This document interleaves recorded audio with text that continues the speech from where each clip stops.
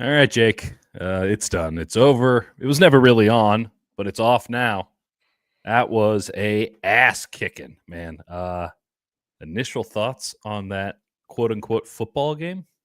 Initial thoughts are that it was over before it started, but then the Packers did the thing where the Packers aren't actually that serious, Right. and they let the Niners hang around time after time after time, and the Niners went, "No, No, we're we're good. good.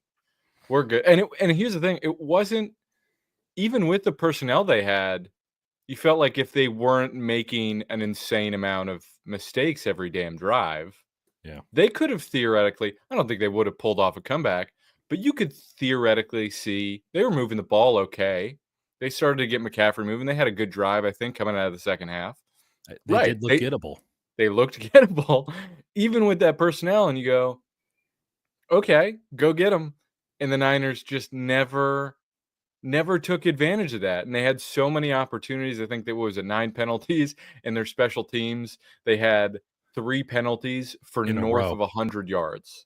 In a row. For and Pearsall, like, had a couple nice returns, and he was like, "Yeah, I felt good back there. Too bad none of them counted." that's By the that's way, I'm not sure he got targeted a single time, and, he didn't. um, He didn't. he mentioned in his post game that, yeah, he wished, he and Was Brandon Allen was could he have. at the podium?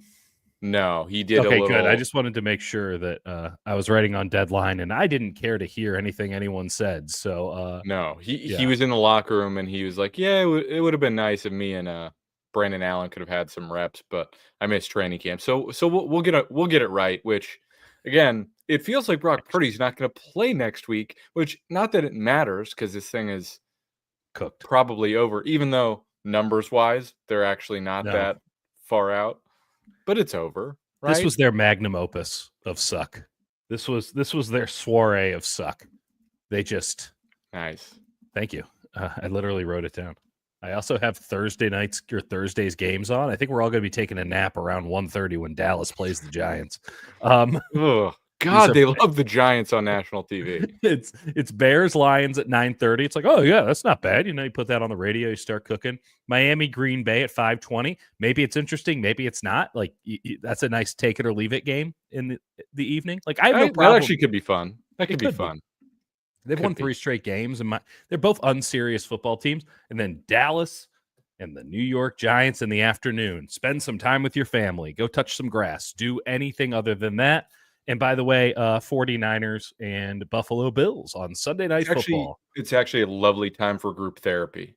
Um, you know, or just everyone getting absolutely destroyed. Um, Either way, do what you want with your own time and with your own family. So, Okay, let's lean in on this. Brandon Allen looked okay.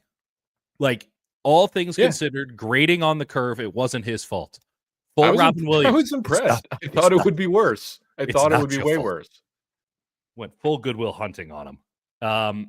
They had 3 turnovers, one of which the game was already over, but like 3 turnovers, 9 penalties. Absolute. They dropped 2 interceptions. They had an interception taken away by penalty. And they got an interception from Debo dropping the ball, which I will Right. say, I am very, very hesitant to criticize players for, like, quitting Bring it or on. anything of that nature. It did look like he pulled back a little bit, like, he did feel like a hit was coming and On pulled that back a play. little bit. Yes, on that Yeah. play. Well, I'm excited for his podcast because he didn't talk to the media after he had 1 reception, which came on a double reverse flea flicker. That's the only way to get Debo Samuel the ball these days. You have to go double reverse flea flicker. And ultimately, it was actually a hell of a play. That was the Yeah, coolest play good Kyle's play. called all year. But that's it. And they had a dig over the middle. Not that the game was actually in the balance, but it could have been more interesting. And They could have ultimately, made it interesting. They had opportunities. And about Debo not talking after the game, good. listen, I know media people love to make our profession more than it is, Right. but it is part of it when you have a shitty game and a shitty season to just talk to media people. He's going to give a 2-minute interview anyway. Yeah, So it doesn't matter, but he's do a the terrible professional interviewer. thing of doing it. Every one of your other teammates is going through the annoying procedure of doing it. No one wants to talk after the game, and you're a captain. It's not great. Son of a bitch got a C on his uniform. Stand up there and say it wasn't good enough from you. Wasn't Give good enough from two-word the answers. team. Who cares? Just do the thing. Say no comment. Do your job. Do your Do job. what Because I'll Marshawn tell you Lynch what, did. I don't care. you sure as shit didn't do it on the football field. But you'll have time for your awful Bleacher Report podcast. And for anyone who's arguing, oh, you guys are just sour because of the media, trust me, we're not on this one. Absolutely happens Give an plenty. answer anyway. It's not a good look. It's frankly unprofessional, and it's unbecoming of a captain of a football team to not be able to stand up and be accountable for his play and the play of his team. Because ultimately, as a captain, you stand up as a spokesperson for the play of the team. Let's be very specific here. This is like, let's go into the Dieter knows way too much about sports that no one cares about angle. The reason that you have a captain in hockey is because that's the only player that should be, it's not policed this way anymore, but should be allowed to talk to the referee. Now, an alternate captain can talk to the referee if the captain's not on the ice. That's the reason it's on the jersey, because it is an official designation for games. The NFL has it as some sort of, stolen valor energy thing going on, is supporting the troops. But ultimately, that concept or that rooted idea should still be in play. If you're a captain of a team, and if Eric Branch or Grant Cohn or Jake Hutchinson or whomever who has a credential, who the NFL has vetted and found a straightforward photo so that you can get into their Skynet system this year, if they are allowing you in, and they're not allowing everybody in anymore, which good on them. They should have tackled that a long time ago. But if they let you into a locker room and you're a captain of the football team and you refuse to speak to the media, that's an embarrassment. I'm not going to go and pretend that it's something bigger than it is. Oh, cuttable offense, this and that. But I'm going to call it out in the moment. You should call it out in the moment. And the fans should feel like, I understand that the role of, the fourth estate here is a lot smaller than it used to be. But ultimately, we're the people who, if we have one role left in this entire operation, it's to get people to talk in situations where they don't want to talk. That's all we have left. So when Deebo Samuel refuses to do it, when asked, fans should be upset because no one wants to talk to Deebo Samuel after that game on a personal level. No one wants to enjoy that, but it's hard. You have to. It's hard. That's the job. That's the job. It's our job. It's his job. Exactly it. This is bad. This is bad leadership from Deebo Samuel. This is the first of what would have to be many, many steps. Many, many steps towards the locker room going totally haywire. This is one of those little things that just, okay, that's step one. There's got to be about 4 or 5 more big ones, but little insidious things that show up that now when we get a couple weeks down the line, we'll go, it kind of did start with that. Just to quickly go to the chat here, Ian Sharp, didn't Jennings do the same? Jennings isn't a captain. Also, Jennings is an interesting cat in general. Like, he's out there. Let's just leave it at that. Like, Jennings was picking a fight after the game, which I'm glad that he takes it so personally. Like, that's cool. But, like, Jennings would get a lot of penalty minutes if we're sticking with hockey. Let's put it that way. Remember when Deebo said they were the best team in the league, Robbie? 439. I don't remember that because I don't watch Deebo's podcast. That's apparently the only spot that he would say something. Yeah. Is this true, Jake? Papa J coming in saying that Dable and Shane are out. Could they be Kyle and John replaced? I don't know. Can you look that up? Because while I answer Papa J's obviously tongue-in-cheek statement that they would be replacements, Dable's going to be a get for somebody. No, I don't think Dable's been fired yet, but I think everybody around the Giants has been saying yeah. That's going to be an interesting one. I'm sure Belichick will fix it.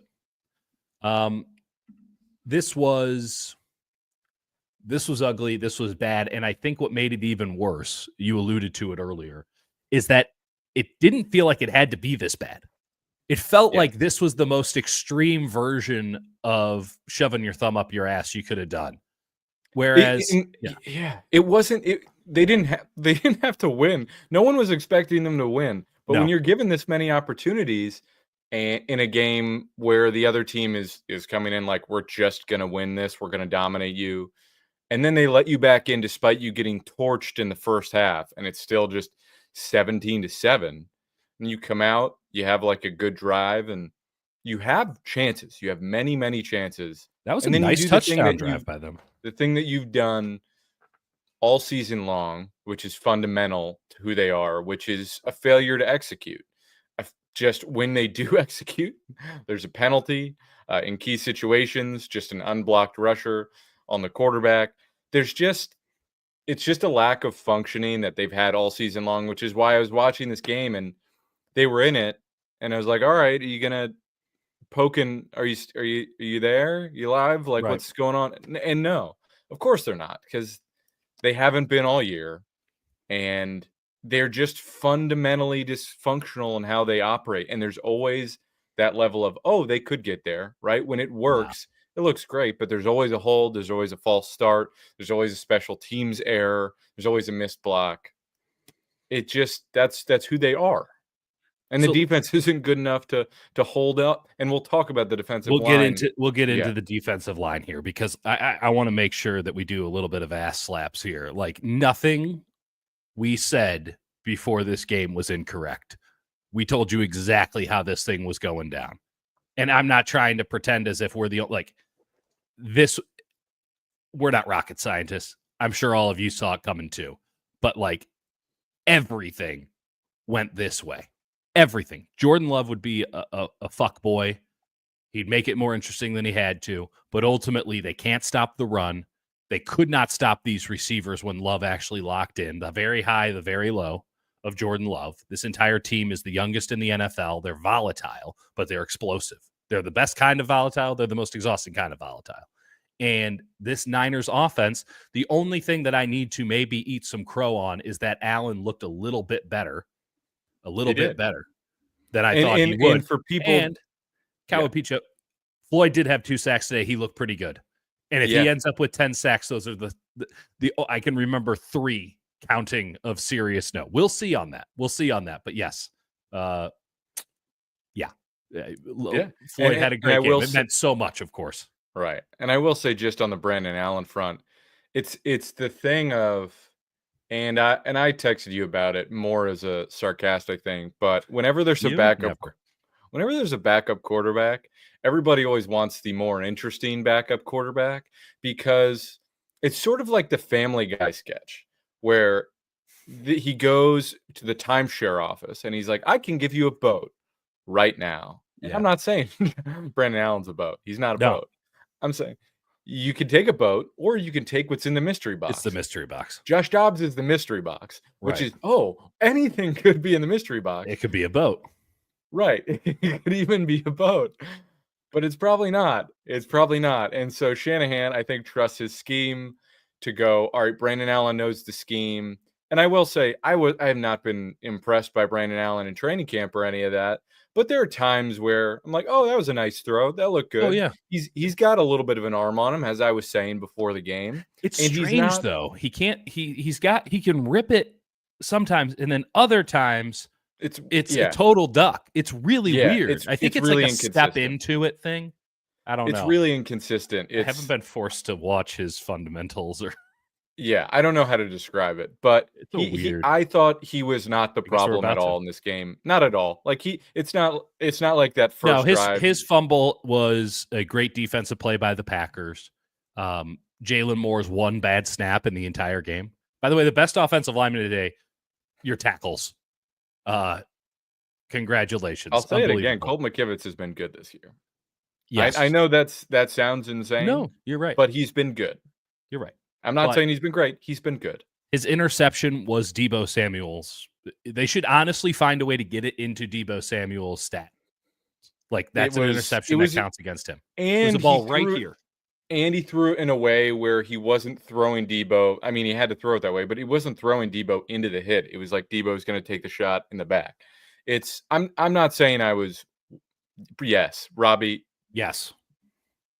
The way that Adam Schefter and Ian Rappaport had sent out tweets this morning. I'm not sure if everyone saw them. Yes, but it was Brock is fine. The tone was, He's Brock is fine, but on the off chance that he misses next week because he's not fine, which is actually a very likely, if not probable, maybe possibility. Yeah. Again, he's fine, but He's he fine. might possibly, he's going to miss next week. You could just tell when Kyle and John got up in the morning. That's because they were both up at around, I'd say 5 a.m., 7 a.m. Over in Green Bay. That's when they got up, because that's when Schefter and Rappaport tweeted out. And then they said Trent Williams, they're optimistic. Oh, they're feeling good about it. Yeah, they're feeling good about it. So, glad that Kyle and John were able to get up and handle that. By the way, Rappaport threw out there that Daniel Jones could be an option for the 49ers. Well, not anymore. Not after that performance, buddy. By the way, if we're going to do any Galaxy Brain stuff before we get into the nitty gritty, we should say that it's not the worst idea to bring in Daniel Jones now so that you have him next year, because I think having Daniel Jones as a backup next year would be a very prudent thing to do. One man's opinion. Sure. Pretty sad. Well, I think that he has all of the Brandon Allen arm and all of the Josh Dobbs running. Imagine if you combine them into one quarterback who's not good, but like at least he has that skill set. Sure. Just saying. Yeah, sure. Fine. Okay. So just to read the Schefter tweet, it says 49ers believe Brock Purdy should be able to return next Sunday at Buffalo despite his shoulder soreness. And then he goes, then again. Then again, I've never heard Adam Schefter write a sentence with that sort of typing dictation to it, whatever you want to call it. He goes, then again, they also thought he would be able to start today at Green Bay before he couldn't. Still, for the time being, there does not seem to be a high level of concern. Oh my God. How long must that text message to Schefter have been? He's like, I don't know. He's the one guy who's using Apple Intelligence. He's like, Siri, please summarize this long, ridiculous text. And I think the reality is they were like, oh, well, Brock, we thought he was going to be fine, and then he didn't feel great, and it's a throwing shoulder injury. He's got a thing in his throwing shoulder. I listened to the radio broadcast because the Tom Brady I can't unhear. Tom was bad today. He was better. That's a great throw there, ago. KB. That's really good. On third down, you want to throw the football, KB. You got to throw it. At one point, I literally heard Tom Brady go, you got the 4. This is what you want. You got the 40. By the way, he circled a third and 4 on the telestrator. He just circled the 3rd and 4. He said, 3rd and 4, key situation. Circle 3rd and 4. And he was like, you got the 49ers. You got the Packers. You got football. You got Lambeau Field. This is what you want. Tom, we're all watching the game. It's 27-7. Brutal. That's a great throw there by Brandon Allen, KB. He sees Deebo Samuel over the middle, throws the ball to him. Deebo gets the first. That's a great throw, right? You see George Kittle. Great block there, KB. It's tough. And he's always like, he is always half yelling. It's a tough listen. But you were listening to the first quarter, KB. That means we're going to go to commercial, KB, and we got to sell some ads, KB. It's so bad, man. You're listening to the other broadcast, though. I'm listening to the other broadcast, and I love listening to the radio broadcast, one, because I'm a company man, and two, because they are with the Niners, right? Like Papa and Ryan, say what you will about them. They're on the plane. They're at practices. They get to watch everything. They're employees of the team. And at a certain point, they leak stuff out because they know more than we do, because they're around more than we are. And they're allowed to ask questions because there's this perceived sense of trust because they have a different badge than we do. But the way that Tim Ryan, who has a hard time holding back his real thoughts, talked about Purdy, I have a very hard time believing that some turkey and gravy is going to get that shoulder right. This sounds like it's a very real possibility. I'm not saying it will happen. I'm just saying don't be surprised when it does that they put his ass on IR. There's something in there that they can't quite figure out, and the only remedy is going to be rest. And ultimately, if you're resting him for 2, you might as well rest him for the rest. No pun intended. I mean, if you're cooked, you're cooked. Don't cook your quarterback if you're going to pay him. You made an all-time call a couple of weeks, months ago, in fact, that this was all going to go down the exact same way. It's 2020 redo. In 2020, they were 5-6, heading to a nationally televised game against Josh Allen and the Buffalo Bills in Week 13. And that's when their season ended. The only difference here is they are not, marooned in the state of Arizona. They get the lovely environs of Buffalo, New York, which Orchard Park. should be lovely to play in. I'm excited to watch a Niners play against the Bills in that environment, just because I love watching night games there. There's something so magical about any night game that the Bills play in Orchard Park. I just love it. I disagree. This is again a time for me to bust out my hottest take, which is that all NFL games should be played in domes. It's ridiculous to have weather for a professional football game. There are millions and millions of dollars being wagered on each of these games. Fantasy football is a scourge that we all participate in gleefully. This is big billion-dollar businesses. Put a roof on it. What if the NBA had outdoor games? Like what? Here's how you know. Like when the when Suns NCAA played basketball opens on an aircraft carrier. That's right. That's right. What if all the games were like that? And you might say, well, baseball. Well, where else are you going to? I guess you could play baseball indoors. And in fact, they did when they had the COVID year and everyone had to go play somewhere. They went to San Diego, Los Angeles, and a bunch of dome stadiums. I disagree. Let me put it to you this way. No, let me put it to you this way. You save the outdoor stuff for college. Let the collegiate atmosphere. Oh, it's snowing. How wonderful. What a time to be alive. It's raining. It's 40-mile-per-hour winds. Let the college kids deal with that. And by the way, when things get serious and money gets involved in the college game, in the bowl games, none of them are played in weather. They're all played in domes or in Miami. Isn't that funny how that happens? Whatever. Yeah, just because I'm right. I don't want controlled conditions. I do. Chaos. Yeah, clearly. Anarchist. So, speaking but everybody of anarchy, wanted with Josh Dobbs. They weren't right and they weren't wrong. Would it have been more fun? Sure. You know what it is? It goes back to the NFC Championship game where Brock destroyed his elbow and the 49ers ran out of quarterbacks. And instead of running the triple option with McCaffrey or something, they just had Brock handed off, or they had Brock handed off for a little bit. Saddest game. Yeah. How's this come back to it? They're just like, that will never happen again. We'll make sure we have just a shit. I'm just saying, let Juice throw the ball. Who cares? It does not matter. Do something fun. It's interesting. It's interesting that Kyle busted out some of the coolest plays of the year in this game. Yeah. I was under the impression that he wouldn't try to do cool shit unless cool players were present. Let's just go in on this. We went in on Debo and the post game stuff. Let's go in on Debo the player because it's over, it's washed, it's kaput, it's done. I know. I will grant you 3 truths. 1, that was a bullshit call on Saubert. That was a pancake block. That was not holding. Debo should have had an absolutely massive return. It was a great sell by whoever was in on that play, who's just getting blocked and went, I can't get him. So I grant that. I grant that the Renardo Green PI was also BS. Now, Green had an abysmal football game. We got to be clear about that as well. But that was a BS call against him. And and ultimately, the Niners were in it. And this is the third thing I'll say. It didn't matter what happened there because the Niners aren't winning. Not even on some cosmic plane. Even if those things work out, great. Debo has this great return. Enjoy your Jake Moody field goal.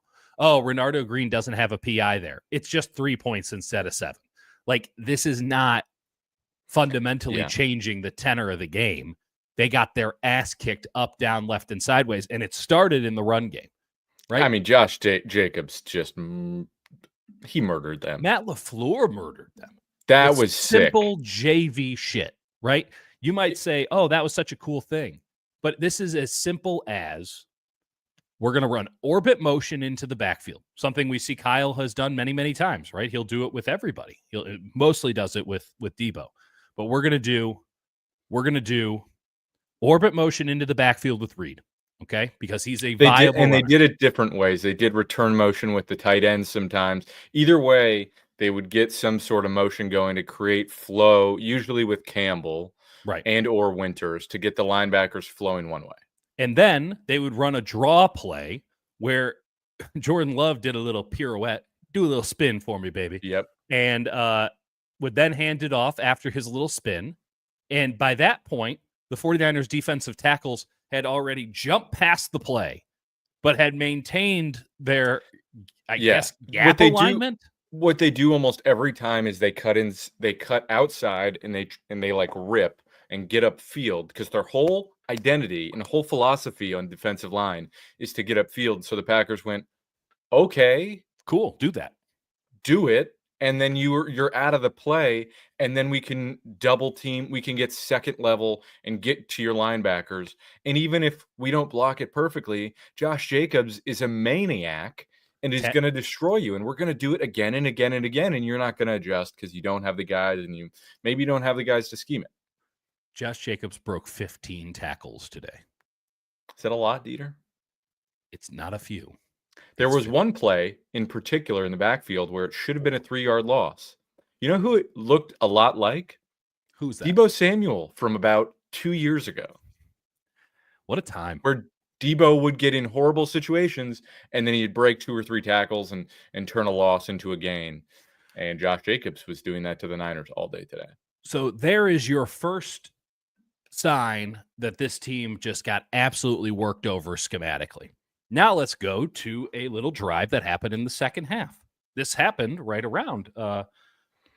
This would have been with 7:25 to go in the second quarter. The Packers are on the San Francisco 10. Things aren't going great for them so far. They're down at this point 10-0. Green Bay is driving again. And they got a lifeline. Malik Mustafa intercepts a pass in the end zone, but Jordan Love thought it was a dead play, so he kind of threw up the whatever. Yeah, it was a dead play, yeah. They go up and look at it, and they say 12 men on the field. Now, I'm not sure if it actually was 12 men on the field because I don't know who it was. I think it might have been the meatball was jumping. I thought it was like Campbell coming off the field. Oh, you know what? You're right. It was Campbell. And Campbell did which you have to have your feet on the ground. They still call it. I'm not saying they're wrong. He was on the field. It was 12 men. But they also had an illegal motion or something, shift. so it reset. Yeah. It was an illegal shift. So you now, by having 12 men on the field, have negated an interception. And then you huddle up. And by the way, the refs huddled up. Everyone just took about 5. Go have a smoke. We'll meet back here. We'll do this play again. And what happened? They came back out with 12 men on the field. Hutch, I'm not one to call for the head of anybody in particular. This is I'm sure being a defensive coordinator is a very, very hard job. I had been looking for a sign on if Nick Sorensen was good at this or not. And I wanted to provide plenty of deference to the fact that he doesn't have the same players that he did. And you have to play Devondre Campbell because D. Winters is no better and you don't have a good defensive line. And your scheme is fundamentally flawed on the defensive line. And everyone knows how to beat it now. But you have this nice young secondary and, okay, there's something there. I was looking for a sign. There it is. 12 men on the field after 12 men on the field. I know that might be simplistic, but you're probably not very good at this if that can happen. The most damning part of it is Kyle's explanation where he's like, on the first one, they didn't let us sub. And he's like, that was unreasonable. They should have let us sub. And then they go, what about the second one? He goes, well, they tried to do the same thing. And then they did let us sub. And then we still had 12 out there. So that was on us. That's right. That's right. That's incompetent. It is strictly incompetent. Back to back. So it's one thing. It's one thing if you are schematically deficient. Okay. Because scheme and players can sometimes get confusing, right? The argument is, you need to blitz more. Well, you shouldn't blitz more. You're a shitty team at blitzing. There's nothing you can do. They did get one home. They got one home. But I'm saying, when you have bad players, there's not a lot you can do schematically to fix it. I know everyone thinks that that's possible. I guarantee you it's not. There's a certain level of, to go back to the Nick first or the Cardinals are doing okay. Not today. And so, by the way, the Kyler downturn. It's him and Cliff. Yeah. So regardless, that's a sign. That's a big no bueno. And I'm looking at what's happening in Chicago, and I think that Matt Eberflus would be a pretty good option as defensive coordinator next year, because it's wildly obvious now that we knew that that they needed a new special teams coordinator. Today, perfect example as to why. Can't happen. I know that one of those penalties was bullshit. Can't happen. And it was to the point where some of these penalties were not the ones that initially the radio broadcast thought were going to be called. There were multiple fouls on the play. Only one of them got caught. Okay, so gone. Bring back Richard Hightower. I don't even know. Okay? Oh God. No, I'm just saying. Just saying. That you got to shift that. I did see a close up on Richard Hightower before the Bears kicked a field goal, and I was like, "Hey, buddy, how you doing?" Wow, what a man. So special teams gone, defensive coordinator gone. Sorry, let's loop it back here with Papa J. So we have shitty players, therefore we shouldn't blitz ever. Never said you shouldn't blitz ever. I'm just saying that blitzing now puts shitty players in very precarious situations more frequently. There is a time and a place, to be sure, and I think that actually he's done it. But this idea of just blitz, that's a way to lose a game by 50. I think the reality too is coaches, you ask them, how are teams going to adapt? And good teams are adapt and change their game plans, and like they'll throw more man at the 49ers and stuff like that. But teams are fundamental in their philosophies, right? And the 49ers philosophy is not to blitz a lot. It has never been to blitz a lot. Mm-hmm. And Steve Wilkes got a little creative with some stuff. It didn't end well for him. And so their thing is to play coverage, and sometimes they had a couple simulated pressures and they have a couple blitzes, but their identity is not to go Brian Flores, and it never will be. Right. And you can criticize that all you want. I'm just telling you that's what their approach is, and for them to suddenly just start throwing the house, it's not going to happen. That's just not what they do. There's also a fundamental thing that they want to do, which is they know that their scheme is on the defensive line is deficient in stopping the run. So how do you protect against that? You play a lot of zone behind it so that everyone has their eyes in the backfield, and that allows your defense to swarm when it has the physical ability to swarm.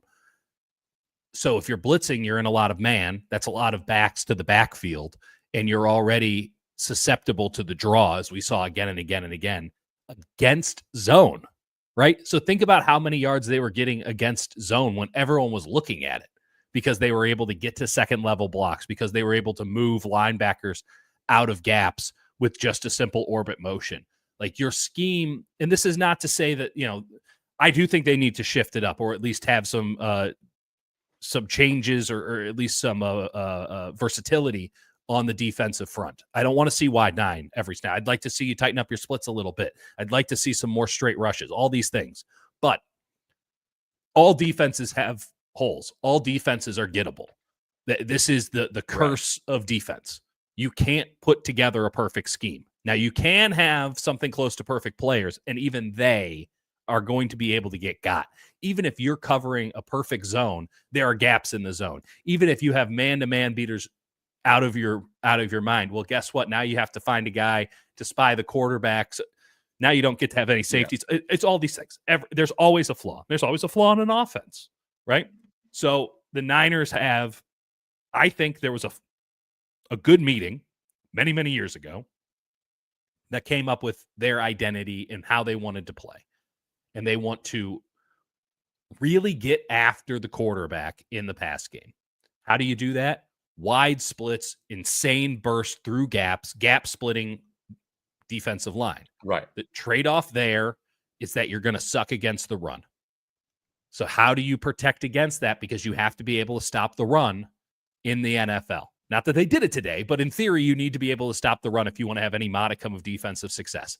You play a lot of zone behind it. You keep all the eyes in the backfield, and it allows you, you might get burned on PA every now and again, but especially in this spread offense system where PA isn't as extreme, it's not as much eye candy as it used to be, you're in a good position. A lot of people in the comments section asking about Fred Warner and what happened. Told you guys Yeah. this week, twisted his ankle September 29th. Hasn't been the same player since. And also every team knows that they don't have to worry about 59 or 53. So you just go right at Fred Warner again and again and again. You get second level blocks on him, and he's not the same player, not the same explosiveness he used to have. So that's where I stand on that. Yeah.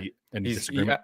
No, I'm with you. I think he is being targeted and by defensive or offensive coordinators because he's, especially without Bosa, it's him. It's him, and he has to do so much organization, and the other guys around him simply don't hold up. And if you get him one-on-one, or if you have a skill guy who gets a shot at Devondre Campbell or anyone else, you like those odds. I will say I thought Jair Brown had a pretty good start to the game. Malik Mustafa had a nice hit. Those guys are encouraging. Green didn't have a good game at all, but he did have a nice breakup. It wasn't like, I think on the tape it'll be probably a little bit kinder to him, but he did have some bad misses, and Romeo Doubs shook him out of his shoes a couple times. That happens. Romeo Doubs also underrated, but point is, they have so many good linebackers, or I'm sorry, wide receivers. They're so good. Yeah, and so there's some optimism with their young guys in the secondary, but that's where we're going. That's where the season's headed, right? Their season's headed to what can these young guys prove, and how can we use the next year, because this is not going anywhere.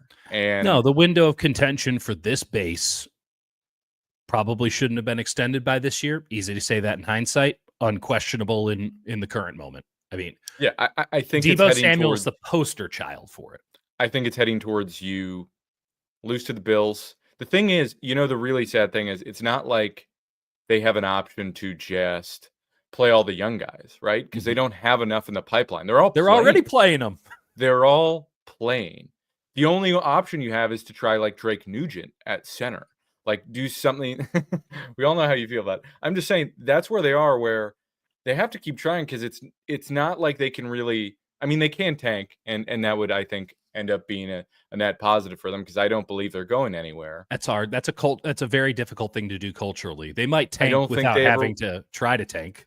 I don't think they ever would. I think that's where they're headed, and it's possible they could lose. I don't think they're going to lose out, but it's a tough slog. Would it be advantageous for them? I think at this point we all agree it'd be most advantageous for them to never win again for the draft pick. That's correct. Of course not going to happen, just on the principle of pride and things. I really don't think that this is so off the rails as to where they'll never win again. But would it be advantageous for them to win against Chicago, as to at least ensure that Eberflus has a better shot at hitting the market? Because I've watched the last two Bears games. Well, no, you want to lose against Chicago because you're competing for them with draft order. Wow, that's 6.5. One dozen. He's probably going to go anyway. He's probably going to go anywhere. By the way, Ben Johnson to Chicago is something that I've heard now a couple of times, and not like in a speculative way, like in a that was the job he was waiting for last year and it never came available, and that he figured that it would become available. And after watching Caleb today, holy shit, if that happens, that would be very, very interesting. Yes. So just another team in the NFC to have to worry about. Speaking of offensive coordinators, Karen and many others have suggested Kyle getting an OC. I disagree with this on premise, right? To just strictly use Kyle having an offensive coordinator who I presume, based on the line of questioning, would be calling plays. I don't agree with. He has had offensive coordinators before. Mike McDaniel was an offensive coordinator. Or he was run game coordinator. He gave him a coordinator title. They have a coordinator title now in many cases. This comes back to the brain drain situation. You think about something. That was the first thing I thought of. That was the first thing I thought of, is asking Kyle about that this week, which there's no, I'm you're going to have to spend a week figuring out the tactful way to bring up. Well, I'm not going to end up being down there this week because, folks, same. I'll be hosting some shows. Hey, now, looking forward to that. And you can plug those at the end after we sign off.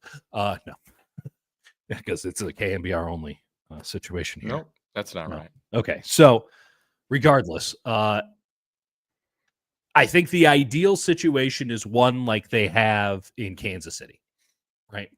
And this is not very dissimilar from what Kyle has done in the past, which is you have a defensive coordinator that is the head coach of the defense, and Kyle just gets to say, deal with it. I have full faith in you. You're the man. and no one's going to hire you to be a head coach anywhere. So, like, let's do this thing. Eberflus, Saleh, all these spots. By the way, in terms of Saleh coming back, I wouldn't bet on it. I think Saleh's smart enough to know that the cupboard is pretty bare, save for the secondary, and that he'll have many good offers.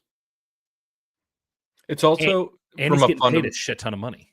Doesn't have to fundamental human perspective. Isn't it fun to try something new rather than return to your old surroundings? I wouldn't be shocked if whoever becomes the next Giants head coach, if they do indeed have another head coach, if they hired Saleh. Like, he probably doesn't want to move his family again, you know? Or maybe he does. Maybe once he gets go back to New York for revenge. I mean, I don't know if you want to deal with that media. I'm just saying they're on the East Coast now. I'd imagine that he probably looks East Coast, all things considered. But this is me, total speculation. as it pertains to offensive coordinator, the way that Andy Reid does it is Matt Nagy is the offensive coordinator there, former Bears head coach, and Nagy will call a lot of plays. I would say like 30-40% of the plays.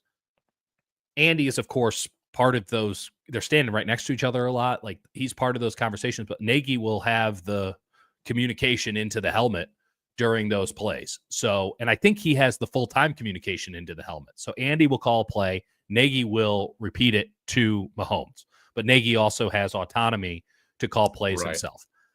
Kyle will not do that for a long time, but he certainly needs somebody on this staff that we could at least realistically say could do that. And right now he doesn't have that guy. I do fundamentally think there is too much on his plate. And also, I'm not sure he's someone that will ever have enough intention with special teams for that to be something that he can really. And I know he's in all those meetings. I'm not saying he's not paying attention. I know he is, but special teams has never been an interesting subject for him. And so that's something where I think you need a special teams kind of lifer. You bring that in. But I do think he is missing monumentally a lot of those guys that he had in the pipeline from Washington. And that shared knowledge is something that was so valuable for him in a way that's like, sure, these guys have spent years with you, whatever. But really, like, when they evolve, and I've talked to them and I've written 2 big stories in the Super Bowl in 2019 and last year, I've talked to these guys, and the way it evolves is that, they have these huge meetings and they do these projects in the off season and they investigate things and they investigate trends and they see what can we come up with? How can we change motion? And they've done different little backfield motion. It just hasn't made much of a difference because they're so dysfunctional elsewhere. But they look at what works, how they expect defenses to evolve, and watch film around the league. And when they're solving those problems, Kyle would be able to go to a McDaniel or a Bobby Slowick or a few other guys that they've lost. Clint Kubiak. And just ask them, what did we do back in Washington? How did we solve for this problem? That's not necessarily the same problem, but it's a similar thing. Cyclical stuff. Yes. And it's like being able to ask a friend who you're creative with or something that you just have a shared knowledge base with. It's a much easier conversation to say, what was that thing what was that song we used to listen to? Whatever it is. Yeah. It's so much easier. And when you have to teach and you have to go back and use those as examples, and you probably wish you could just call those guys and say, what was that play? I'm not saying it fundamentally ruins you, but it makes it a lot harder to innovate because you're teaching back some of the basic stuff and you're trying to evolve while doing that is a lot harder. And I think that's part of what's going on. I mean, the Niners don't have any roster depth. That's not new. They don't have any coaching depth right now. They really don't. It is very, very difficult to continuously find new people to fill the holes of people who are getting promoted to bigger and better jobs. It is so difficult, especially too when you are constantly playing deep into January or February, right? All of those hires for young people, those sort of peripheral hires that you don't think about, you have time to think about it when your season ends in the first weekend of January, or second weekend of January. Like, when you're playing in the playoffs, you don't have time for that stuff. and you get caught behind again and again and again because more goes out than you can bring in, and you're too late in the cycle to bring in the best of the best. And this is why, in a weird, twisted way, I'm not an optimist. No one's ever accused me of being one, but in a weird, twisted way, there is something beneficial to this season just going straight to hell right now. In that, I'm with you. you can get a full, hard reset. That is a daunting challenge, don't get me wrong, because you need to redo both your offensive and defensive lines in the course of one offseason with one draft and one bit of free agency in which you don't have a lot of money to work with. And you're probably going to have to use some of that money to get rid of Deebo Samuel because it's over. It's done. You got to get rid of him. So that's $10 million on the books for a player that you can't have anymore. You don't know when Brandon Ayuk's coming back next year, given the state of the injury. You have a lot of holes to fill. We have ample time ourselves to get into all of those things. But you have a monumental task roster-wise this upcoming offseason. And luckily, you have some ammunition to deal with it. You're not the Saints, so that's a positive. But ultimately, you also have to do that with your coaching staff. I think that it is beyond question now that you need a new coordinator for defense, special teams, and you need a clear new number 2 on offense. Because Clay Kubiak, I'm sure he's a lovely guy. At a certain point, the apple has started to fall a little bit from the tree. Like, you can only go through so many Kubiaks before you find somebody who isn't a quote-unquote genius. I know that Clay called plays in the preseason. Kyle said he didn't let him call anything interesting. Can't blame the guy. I'm not sure why Clay Kubiak would be the exception to the rule that Kyle has had repeatedly, which is I'm the man, I call the shots, and everyone else is my counsel. And if Clay Kubiak is the last counsel remaining outside of Chris Foerster, that's a real issue for me. Robbie 439, no, he's not getting. No one will trade anything for Deebo Samuel. Full stop. The contract that they gave Deebo Samuel in August or early September as to facilitate the extensions for Ayuk and Trent Williams will go down as one of the worst bits of business that the 49ers had done since they gave Christian McCaffrey $19 million a year, apparently without a physical. They had just a howler of an offseason fiscally. Absolutely brutal go around in free agency in and of itself. Spent $50 million combined on Yetur Gross-Matos, Leonard Floyd, Jordan Elliott. Great job, everybody. But hey, George Odom got a big pay raise. Nice hold by George Odom today. Not sure what he does. Yeah, like Debo's base salary next year is $16.6 million. If you cut Deebo after July 1, is it June 1 or June. July 1? June 1, you can save like $7 million. But you're now eating $10 million on the books for the next 2 years. Like, it's a lot like the amnesty clause in the NBA. Like, you really don't want to have to use the post June 1 designation every year, because now you just have a shit ton of money dead on your cap, and it's not as if it's 1 year and now you're golden. It's the way that they structure their contracts with all these void years. You eat it for several years down the line. So they're in a pickle. It's not irrevocable and it's not unfixable, but they're okay. They can get out of some of the stuff, but they are still pot committed with a lot of old guys, and you get into a situation where it's like, all right, the fundamental question is Brock the guy? Yes or no? Before you answer anything else, is that you answer that. You say yes, okay. The cost is $60 million a year. Everything else gets funneled in off of that, and you just have to see if you can draft. That's not a thing.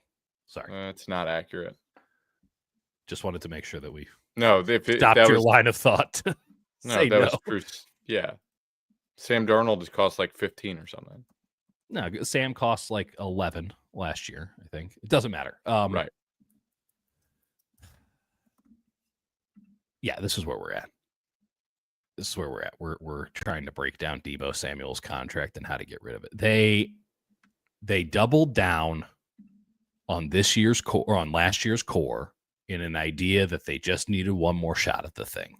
And it's pretty evident now, as it was evident in August when they had all of the zeal of a 12-year-old golden retriever. Just the malaise of this team from the jump. Brutal. But they're like, nope, we believe in this core. We're ready to go. We can do it. We can eke out one more year of incredible contention from this squad. And they were wrong. Could have told them in the moment, understand why they did it. They were wrong. And now they have to pay the piper on not just Debo's contract, but Ayuk's contract to a degree. By the way, Ayuk's contract looks like the best one of the four. Yeah. That one's his is honestly fine. McCaffrey's it's like 3 contract years. and Trent's contract, yeah. It's like 3 years, and then you see where you're at with it. Trent, so next year, here's where it's at. You got Trent. You probably just eat it with Charvarius Ward unless you want to do an extension for some reason, because his dead cap is $12.3 million, whether you have him or not. So the void year is $12 million. Yeah, he's going to cost $12 million to not play for you. So you could argue double down. I don't know. We'll you might as well. Goes. You might as well. I don't. It's kind of like with Debo, right? Like, you're paying him $10 million to go away. Like, shit, you might as well just pay him Warner another $6 million to hang around, and maybe he can do something. Trent counts for 22. Ward counts for 12.3. Bosa counts for 20. Warner for 30. Debo for 15 or 16, really. Kittle for 22. Hargrave, well, I think that's just a cut. But these are just the numbers. And then you've got how many you get to do a post June 1 for one guy, right? Two guys. Two? Oh boy, they're gonna have a hard time figuring out which two. I think it's two. No, that sounds right. It's either two, or you can designate in advance two guys. Trust me. It might be more. By the time we get into we'll know. We're going to make the CBA our bitch this offseason. Well, they keep doing the option bonuses, and it's pissing me off. It does make it complicated. It has made it much more complicated, because with option bonuses, sometimes it like automatically guarantees, and so it's basically fully guaranteed, and sometimes it's like you can cut them and it doesn't count. It's hard. We love OTC, language. But they don't. Yeah, they don't get the exact contract, right? Yeah. So. I mean, they could save 20.7 by post June 1-ing Hargrave. Debo, they'd save like 5. So. Do you think they go to Debo and they do the Ayuk juice thing and say, "Hey, buddy, hey, do you want to take a pay cut? You want to take a pay cut, or do you want to get cut?" We could also call that the KMBR. I think they probably just ride it out with Debo for another year. Yeah. Okay, so now it just comes down to you have to rebuild an offensive and a defensive line through the draft. Those are almost exclusively through the draft. Unless you can absolutely nail a super cheap player. Yeah, I mean they have Gross Matos and Floyd signed up for another year, which is not getting anyone juices flowing, but that's their baseline, right? I think Hargrave is a definite cut. Collins is coming back. Collins has been awful. I disagree. I really don't like what I see from him. I disagree with you. Okay. I've liked. What do you see in? I see a lot of empty calories. I mean, they don't really have anyone next to him that's exactly helping. I do think the scheme. He does miss some tackles. I think he's got shorter arms that are tough, and so he's not finishing that little T-Rex arms. I don't know about that. I disagree with you. I think Collins has had a good year, and he's been a bright spot for them on a pretty weak interior. He's also going to cost nothing next year. Yeah, it's just you look down the roster, and there's after that top, there's no depth. It's just they've got the young core, and they've got a bunch of random guys.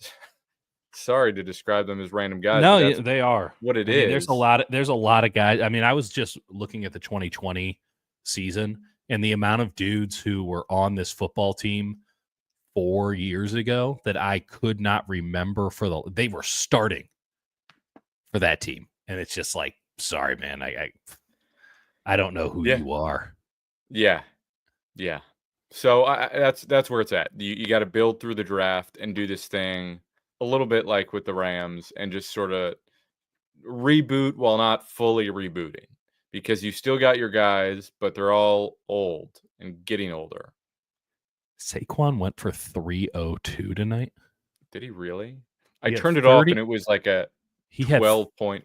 30 touches for 302 My yards. God. Holy shit. If Joe, I know someone joked about Shane being fired, but he's gone. They gotta, you know what they should do is they should burn both New York, they're in New Jersey teams, to the Yeah. ground. Uh, oh my God. Saquon Oh. is disgusting. The Eagles are back, even though I still don't like what Hurts is or I have a very hard time buying into them in the playoffs, but they might just win out of spite. 255 yards. Actually, yeah. Wow. With Wow. 47 in the air. Receiving, yeah. And that He defense is good. cooking. He is. I kept telling you about Nakobe Dean, man. Nakobe Dean Oh, was I know about Nakobe Dean. my God. Quinion Mitchell is Yeah. as good as it gets right now. Cooper DeJean is really playing that job, That's playing yeah. that nickel slot well. The Eagles Man. got killed You know last who year, had and 2 then tackles today yeah. for the Eagles? Oren Burks, nice. Niners legend. Holy Nice. shit. Yeah, and Niners just you got to reboot the thing. It's not that you burn it all to the ground, but you cut what you can that's aging and you try and get younger next year. You try and rebuild your fronts on either side and, get a skill position player. I think too. I legitimately think it's doable. It's just really difficult. I Right? agree.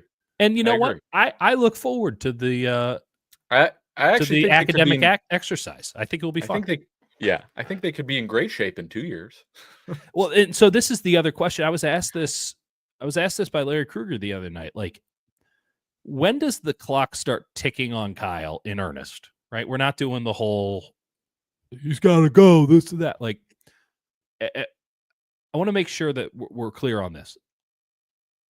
2021, the draft that followed the disastrous 2020 season, they went out and did one of the worst trades in NFL history. Okay. I'll cop to it. I wasn't the biggest fan of the initial trade. Thought it was aggressive to just get to third, like go all the way. Of it was pretty stupid. Right. Because but they then didn't want to you have it. And I said, take Trey Lance. If the choice was Mac Jones or Trey Lance, take Trey Lance. I had no problem. And then they heard us, and they did not take Mac. Yeah, and then we watched Trey Lance in a couple practices, and we're like, "Oh, okay, there's some stuff to work on." But you see the talent. He seems like he's big body. Yeah, and there were moments where it was sick, where it was actually sick. And then you watch him in the third preseason game run, and you go, "Oh no, he's slow. He's slow." And you go, "It might speed up." Meanwhile, you watch, Anthony Richardson, who is of the ilk, right? Like everyone's just looking for their Josh Allen. Anthony Richardson can't throw a football worth ass, but my God, when he runs it, he actually he can. He can. He can throw it 90 yards over them their mountains. Correct. It's in there. COVID broke everyone, especially them. Okay, so there's some deference involved there, and there's obviously some culpability on our end as well. Come on. There's no way he said that. There's no way he said that. And by the way, I'll look it up. You keep talking. By the way, technically speaking, there is something to be said for where the Niners are positionally. Like what? They're now a game. Well, I don't know what the tiebreaker would be with the Seahawks. David, it's wide Who open. watches this football team and thinks that they're doing anything? Like what? This is, and I've written this now way too many times. I'll just say it.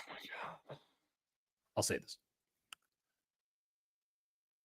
I can't take you seriously if you are suggesting that there is another gear, some deep, before seen level of competence, at least in 2024 with this football team. The arrow is pointing directly down. they're getting worse by the week. The one game they've won in the second half was a game they probably would have lost under any other circumstances. Okay, so like, when was their last impressive win? Seattle on Thursday Night Football, a game they almost choked away? Was it the Jets, Jake? Was it the Jets? I like David as a person. David has his way of doing business. We do business in a different way, in that we're not going to lie to you directly to your face, and we definitely aren't drinking Kool-Aid. When the Niners are good, I'm sure that he'll do much better numbers. I guess this is our time now, Jake. But in the meantime, what are you fucking watching? Here's the thing. How can you possibly believe this? I'm just saying, the idea that they are in the driver's seat for anything. This is a team flailing around that is, sure, could perpetually do something, right? If it ever, it's not going to. It's not going to. They're older. They don't have the depth to support it.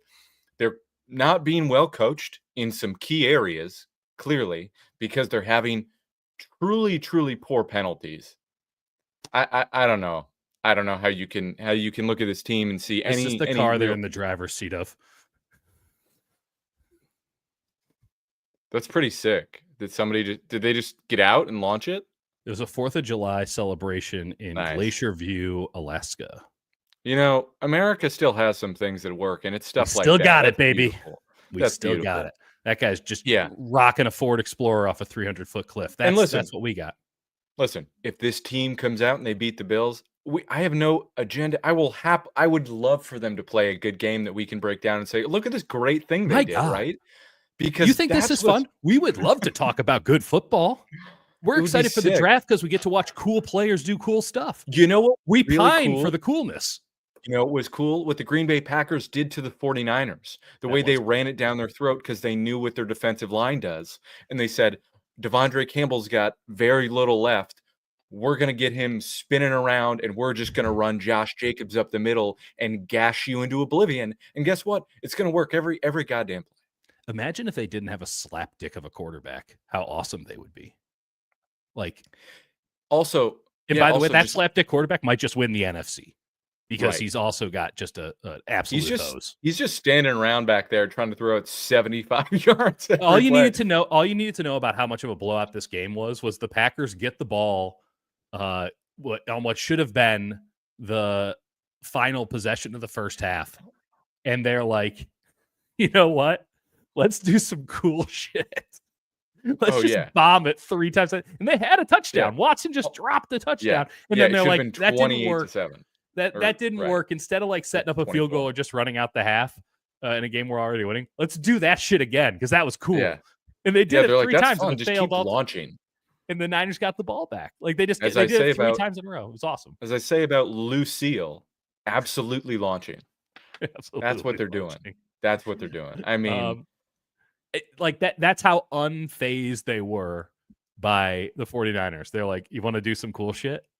Like, it won't matter. So like, let's just do some cool shit. That's Jordan Love. That's Jordan Love's mantra. So I'm in on it. It is what it is. They had the touchdown. I feel bad for Watson. He had that touchdown, hit him in both hands. Didn't even have the dignity to Debo it and let it go through both hands. I don't know what else more to say about this. Can we talk team? McCaffrey for a second? Sure. Okay. So I'm very well on the record. I think you're in agreement with me. There is no juice left in the caboose. It's there. I actually saw a couple runs today that were encouraging. But the game script was fucked from the jump. And Brandon Allen isn't, I thought he actually looked okay, all things considered. What'd you see? Yeah. I thought McCaffrey, he got it going a little bit. I did see more juice in this game from him than in the past too. I will say he looked better. And there were a couple times they maybe could have gotten to him. That deep ball to Conley, I didn't disagree with the throw at all, but McCaffrey might have taken that about 50 yards because he was one-on-one, and that whole left side was wide open on that play. But again, Yeah, there's plenty of stuff out there. There's McCaffrey looked better, and there's chances where he can take it. It's I don't know, man. I'm repeating myself because I'm so exhausted with this team, and I'd love for them to show me something different. So I would love to eat my words and say, oh yeah, they got a chance to turn it around, and they have quality, and Yeah. they just don't. They're Okay. just not it. We're going to take the final 10, maybe 5 minutes here, depending. Lay the questions on us. We're done with comments. Let's do some questions. Love the comments. Keep commenting. And don't get me wrong, Yep. but we're just going to keep an eye out for questions. I did see earlier any ideas on next year's DCs. Jeff Ulbrich, good option there. Almost got the job this year. Yeah. God Brandon damn it, Staley, Frederick. can we God do? damn it, Frederick. Um, so I'm recovering from that. That's brutal. That's hard to recover from. Yeah, Ulbrich.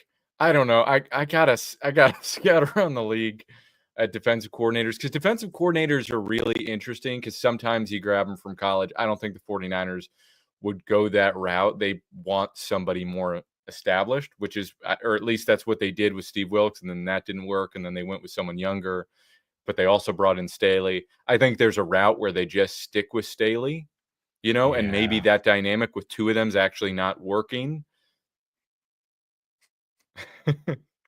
I don't know what um, Staley does, and honestly, that's the next time I go. That's going to be like, what does Brandon the Staley do? delineation of labor there is, I'm interested. Also, they've done If almost I none was of that 3-4 stuff that they talked up at the start of the If I season. well, they did have Leonard Floyd just stalk the A gap today, and then they called the timeout because they're like, "That's a different look." And the Niners are like, "Let's do it again," and it actually kind of worked. It ran right over the center. But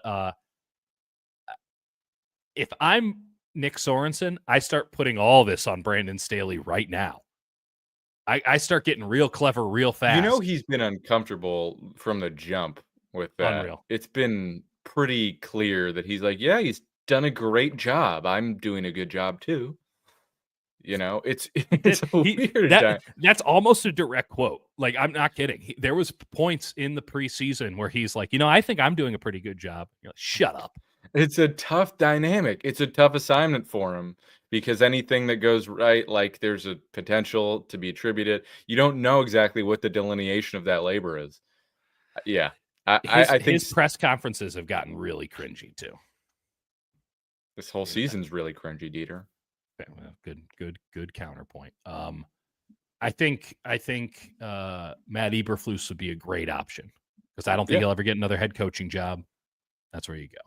Here's a good one. Ian Sharp. Any point in bringing Greenlaw back this season? Unless Greenlaw feels like he needs to play to He prove his does. worth before a contract.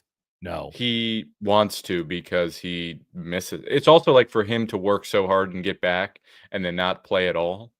I think that'd be pretty devastating to put in all that work, but also it depends where they're at, which they probably won't be in any playoff position in however many weeks. I thought Pat O'Donnell had a marvelous game punting Henry N. Marvelous. And I'm not Wow. even joking. I thought he was one of the best players in the game. I thought he was bombing them. I don't know. He had a terrible first game, but I thought he kicked ass. In this game, he was lacing them. Yeah. I liked it. He was solid. Liked it. Offensive line or defensive line in first round, based on how they talk about the positions, I would very strongly bet defensive line, or hell, another wide receiver. Who is to say? But I haven't looked deeply into the offensive line crop, but it would take a pretty dynamic talent for them to go that route, and those dynamic talents tend to come off the board earlier than the 49ers get a chance to take them, and even if they're there, they tend to not take them, because that's their philosophy, is to go get skill position or defensive line. Yeah, the guy that I'm already almost all the way in on is Nick Scourin, the 280-pound defensive end out of Texas A&M. Love that. Saw some interesting guys this weekend. He's really impressive. Mason Graham would be another good option. He's an interior guy, just a big, heavy boy. And then I think Cameron Williams is probably the best tackle in the draft right now, but that is a very early statement. There's also the kid on Minnesota that I kind of like. I watched a little bit of that game yesterday. Ursi, something like that. I think it's We'll get Ursi. it. We'll get the names down. I like Monte Capehart out of Clemson, partially because it's a sick What a name. name! What a But name! I was in on him last year, so yeah. Jalen Walker, Georgia, pretty good. Donovan. Oh, you pointed out Donovan, or was it Donovan Jackson? Did you point him out yesterday? Who did you text me about yesterday name on doesn't Ohio sound State? familiar. Oh, Donovan Jackson's Oh a yeah, guard. it was the Hamilton brother. Oh, yeah, that's a good one. I like Donovan 58. Jackson, the guard at Ohio State as well. Yeah, and you know what?